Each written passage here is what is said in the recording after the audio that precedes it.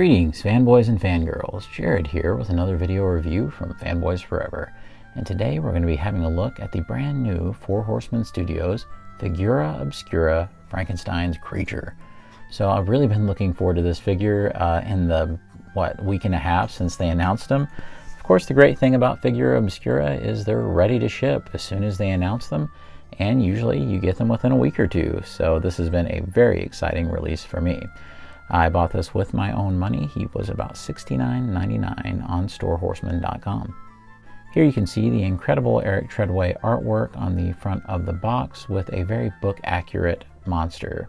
On the back, we have more of that great artwork and a fantastic write-up about the history of the creature and the book itself. So if you would like to read that, pause now. Of course, the box has some of the standard trappings that we've come to grow used to, like the Four Horsemen window logo at the top, along with some other cool kind of old-timey medical drawings. And the whole front can come right off with magnetic clasps, and this allows it to, with the reverse, become a diorama for your figures. And here it is. You'll see this utilized a little bit later. The only bad thing is that mine had kind of this crease going on in it, so I'm not exactly sure what happened. And here is a shot of the box itself with the figure inside. But before we begin the review proper, remember, if you haven't yet, be sure to subscribe to the channel. We really do appreciate the subscribe, and of course hitting the like button really does help us out. And don't forget to comment down below with your opinions about what you're seeing today.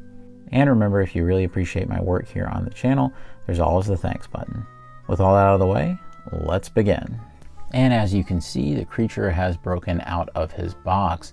Now, right off the bat, I'll just go ahead and say that this figure will inspire you to really do your very best when it comes to creating a diorama.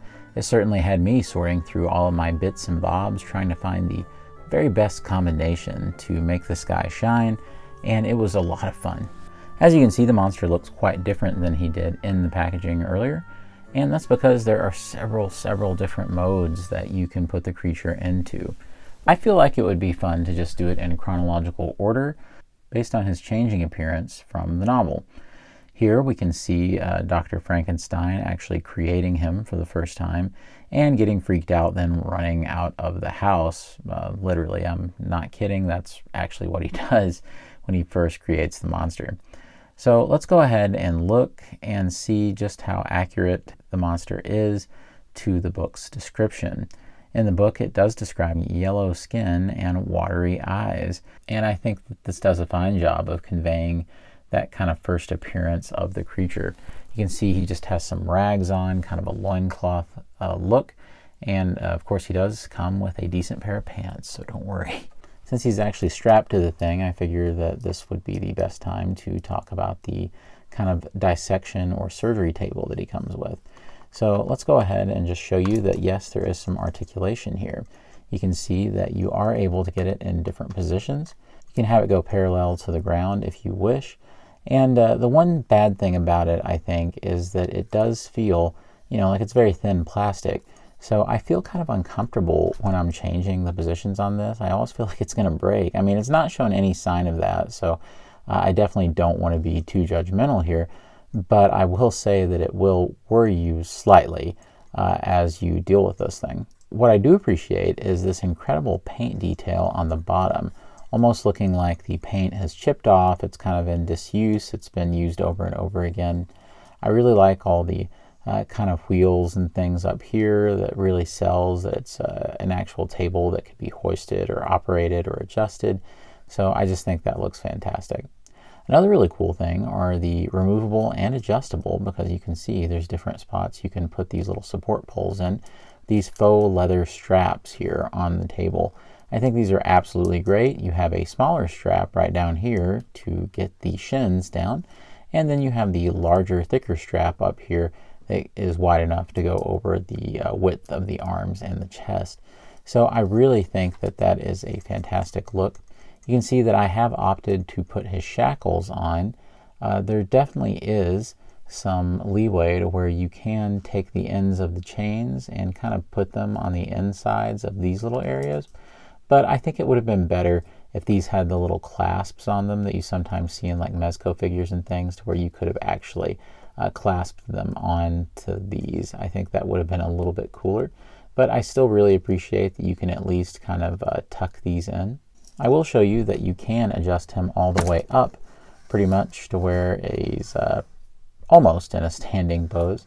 I guess maybe you could get a little bit more if you really tried here. Not really. There it is. Yes, that is kind of the limit. You can see there's kind of an area here that kind of keeps it from snapping back against itself too much. And yes, you can pretty much have him standing completely up with his feet on the floor like this. I will give you a closer look at this head sculpt. There's so many to look at that we might as well get a head start.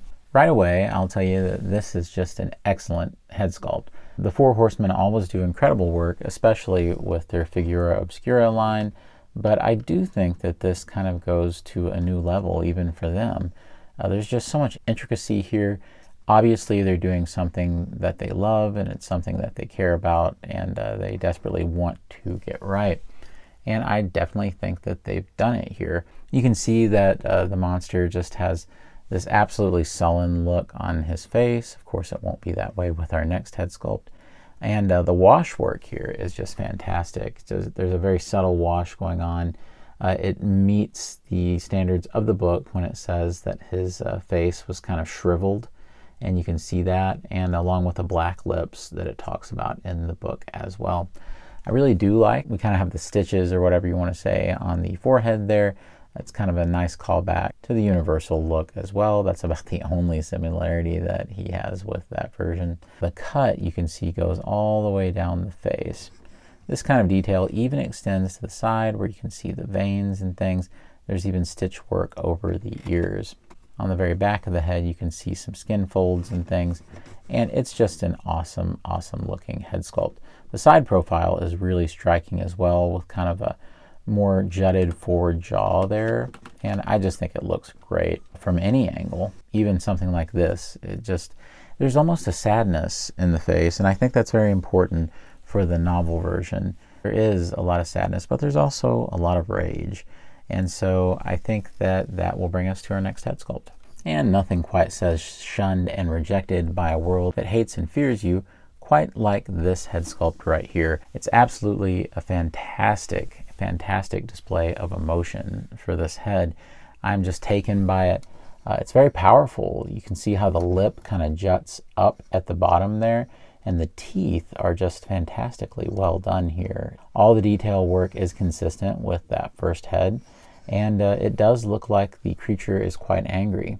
So I guess that means he's going to be breaking out. Of course, to get these straps off, it's not that bad. You just have to kind of go to the side and work it off of these. These seem, decently stable.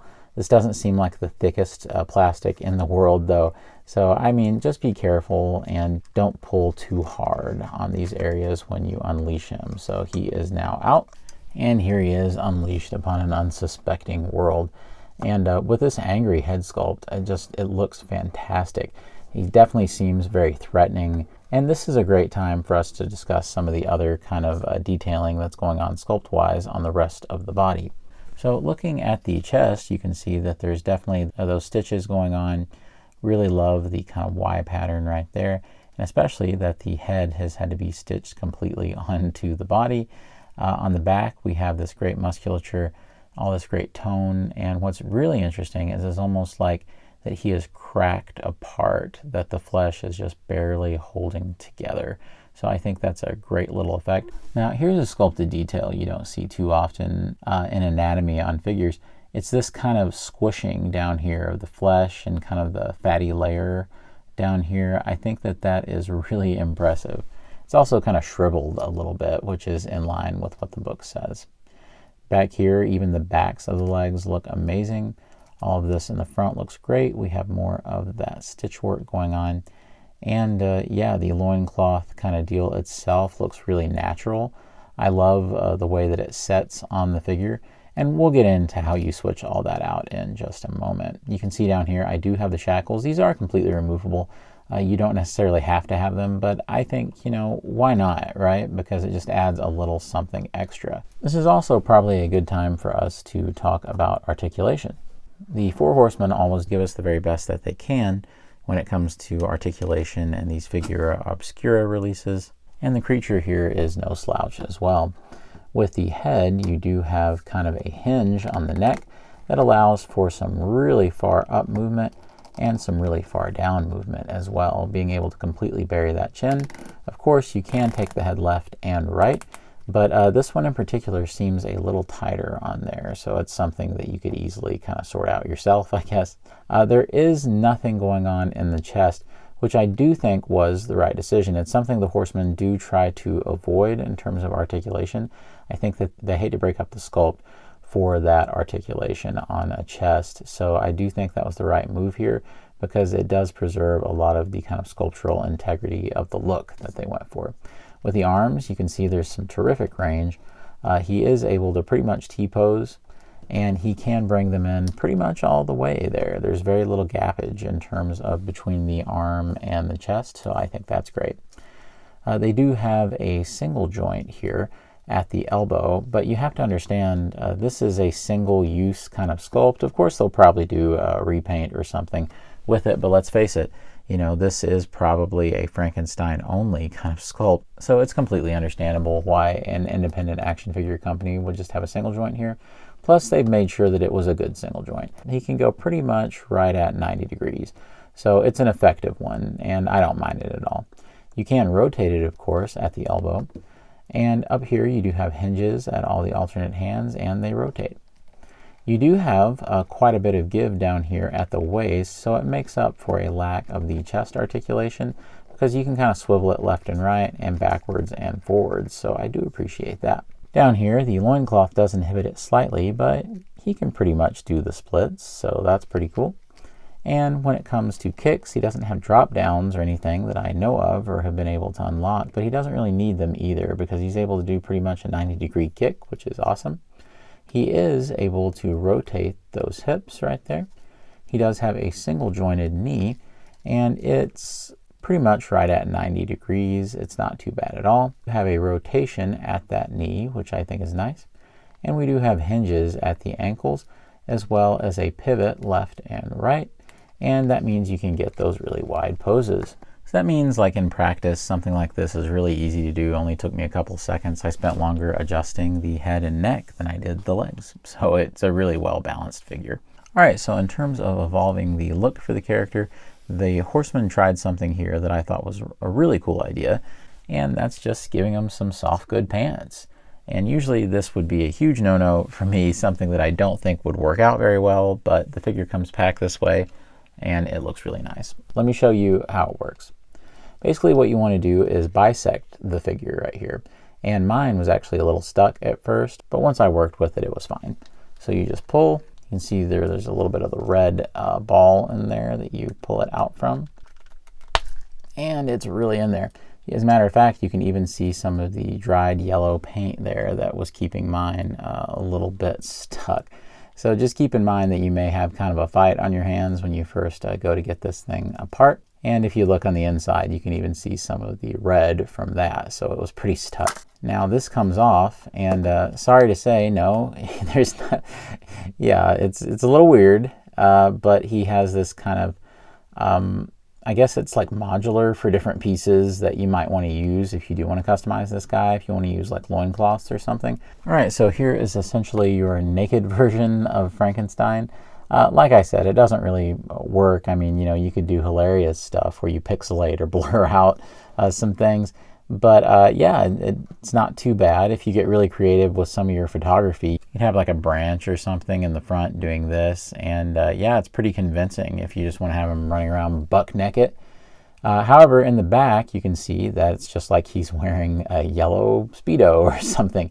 So yeah, it's not all the anatomy or anatomical details are there maybe, but yeah, it's still kind of a funny option. So to remove these shackles to get the pants on, we basically just pop the feet off and the shackles come right off too.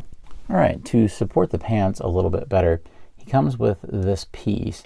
And basically the idea is it's going to give something for the more of a waist, I guess, for the pants to actually cling to. So that's why you insert that. As for the pants themselves, they do have a Velcro fly right here on the front. Frankenstein's creature was way ahead of the times, having a Velcro fly on his pants. It's not the most stable thing in the world. You will find that the waist piece is kind of coming off as you work with it. Once you have it on, just Velcro it back, and then you can tie these up Jethro Bodine style. One of the best things that black spacer does is if the pants ride down a little bit, then you have kind of this backup right here with this black plastic piece, and I think that was one of the main intentions. It is possible to just have him go barefoot in this mode. So if that's the look you want, you can see that it looks really good even without the shoes. But if you want to, you can go ahead and give him his giant shoes. So this does boost the figure up just a little bit, I feel, and it is a little more inhibited than the feet are. You still have some really good hinges, but I think it's the left and right, that kind of ankle rocker pivot, that's not quite as good. However, you can still get regular old wide poses just fine. So it really doesn't mess things up that much at all. This would be a great time to go ahead and switch his head out to the last option.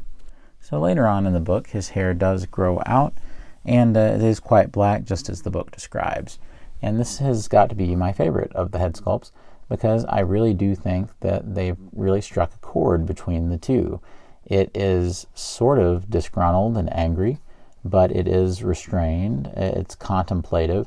It's kind of one of those heads that, well, it kind of does it all, really. And this is a good thing, because this was your only option with the hair.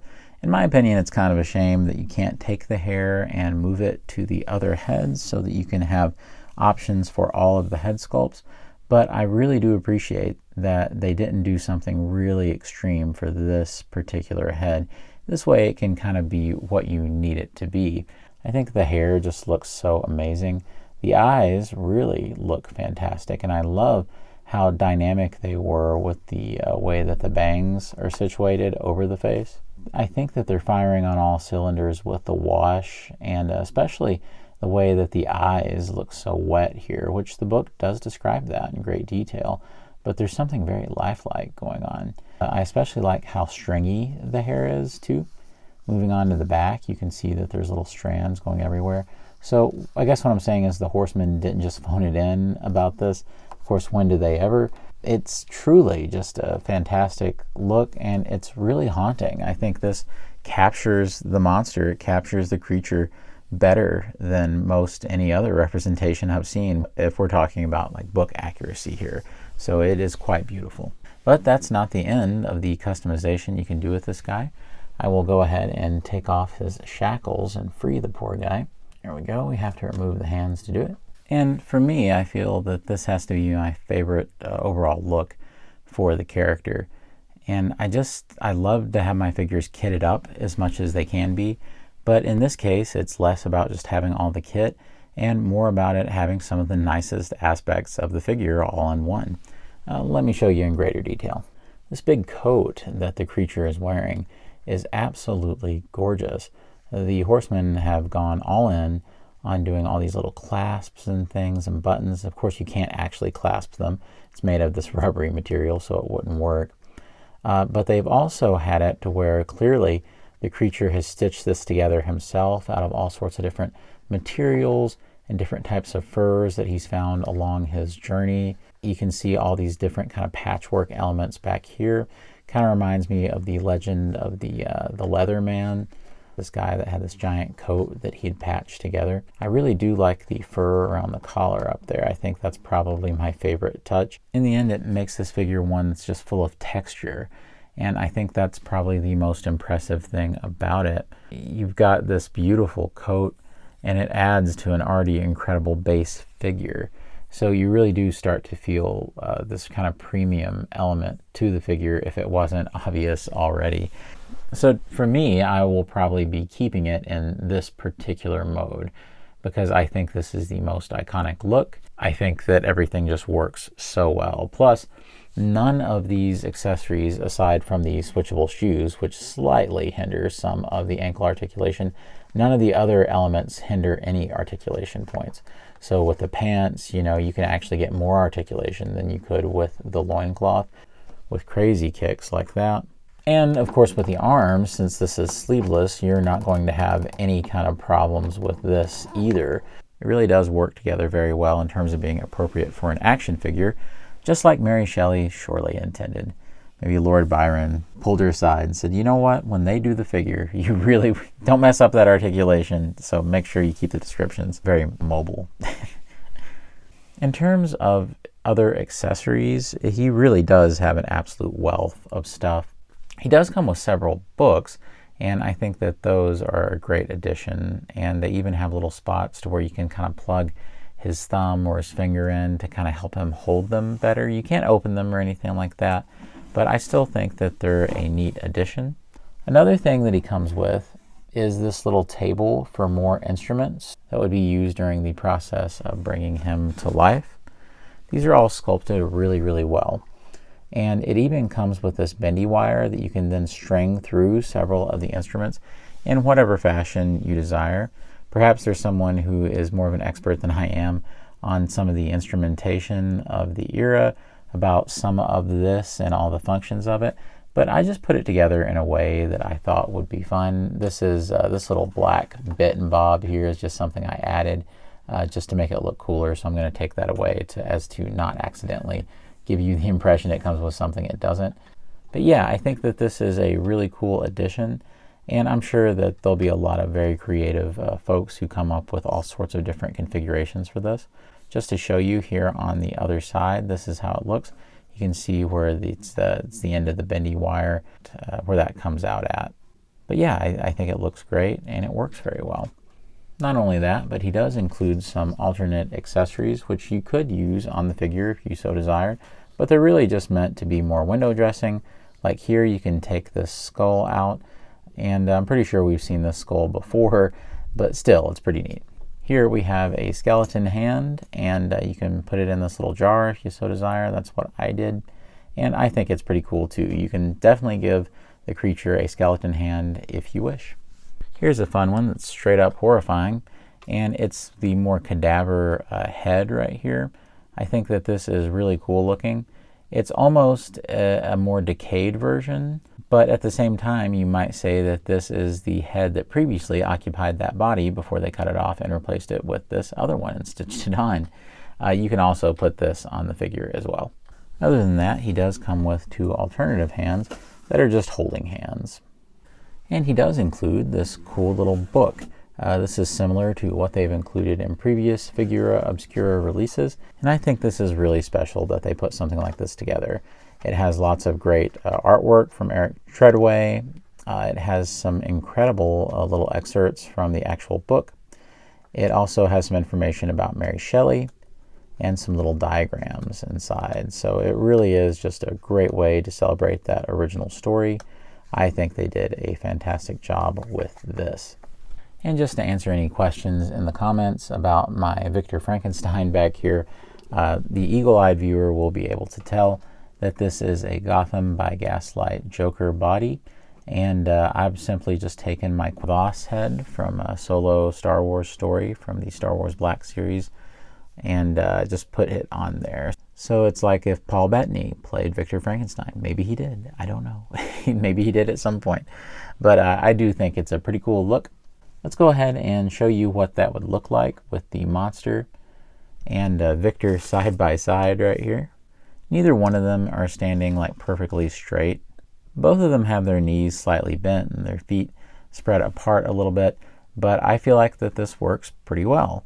I do think that in the book they describe the creature as being 8 feet tall, so I definitely like that the Horsemen have accounted for the big height discrepancy, and it also means that this guy is a little more versatile in terms of what he will go with in your collection. Usually with the Figura Obscura stuff, it's pretty well locked to those 6-inch scale figures. So if you take something like, say, a previous release they did, like their Mask of the Red Death figure, which I also loved from last year, you can see it's much, much shorter. But they really did do a good job of sizing up the creature. So I know an obvious comparison will be the NECA version of the monster from the 30s film from Universal. And you can see that they compare fairly well, even though he is technically in 6-inch scale and he's in 7-inch scale. So that just shows how much they've sized this guy up in comparison to be more accurate with that 6-inch scale of figure, because he is nearly the same height as a 7-inch scaled Frankenstein's monster. And if you put him with a regular size 7-inch scale, say NECA human figure, we have the very appropriately expressed Doc Brown here from Back to the Future, who is just as shocked as I think we all would be if we saw this abomination. So I think what I'm trying to say is that this guy is completely versatile between the two scales. It can work for your 6-inch stuff, it can work for your 7-inch stuff, which is a really nice bonus here. And it does a perfect job of skirting between those two worlds. You can even have him hang out with shorties like Count Orlog from Nosferatu from Mezco. So you can see there's just a world of options. I could do height comparisons all day, but I think you get the picture. This guy comes with so much cool stuff that I'm kind of straining my brain to make sure that I didn't miss anything. If I did, be sure to let me know down in the comments. I think that this guy is absolutely fantastic. It's a funny feeling with these Figura Obscura releases, because I feel like every time they come out with one, it's always like, oh, well, this is the best one they've done so far. Oh, well, this is the best one they've done so far. But I think the Horsemen are dedicated to topping themselves in a whole lot of ways. So I definitely think that Frankenstein's creature here is the latest example of them doing that very thing. It was available only on Store Horsemen, their storefront website, and then they're going to take any remaining stock, if they had any left, and sell that at different shows. So that is another opportunity for you to get them. I thought the Horsemen were more than fair with the opportunities they gave people to get this guy. He stayed in stock for quite a while, so anybody who really wanted him could have definitely had the opportunity to have grabbed him during that time. I also want to comment and say that I love the way that the Horsemen do Figura Obscura. I wish other companies would learn a little something from them. They have multiple drops, so you get lots of opportunities to pick the figure up, and they're in stock and start shipping pretty much right away. And I hate the long pre-order times that we see these days. It feels like it takes forever, and by the time you finally get a figure, it feels like a lot of that initial excitement that you had for it could already be gone at that point. The Four Horsemen don't have that problem, because they wait and reveal these Figura Obscura releases right when they're ready to roll out of the distribution center. So I really appreciate how they do it, and I really enjoy that particular business model. Frankenstein's creature here cost me right around $69.99 plus a little bit for shipping. He does come with a huge amount of stuff, and given his deluxe size and deluxe accessories, I do think that that's a fair price coming from an independent figure company, and it beats the pants off of the prices that's offered from competitors like Mezco. In the end, there are very few negatives, if any, to report about this particular figure. If you have any opportunity at all to pick this guy up, I highly suggest it. And I hope that you enjoy him just as much as I have. But let me know down in the comments below. Is this the kind of thing that you could see yourself picking up? Or is this pretty skippable for you? Let me know down below. And as always, God bless you and yours. And I'll see you on Fanboys Forever. Fanboy out.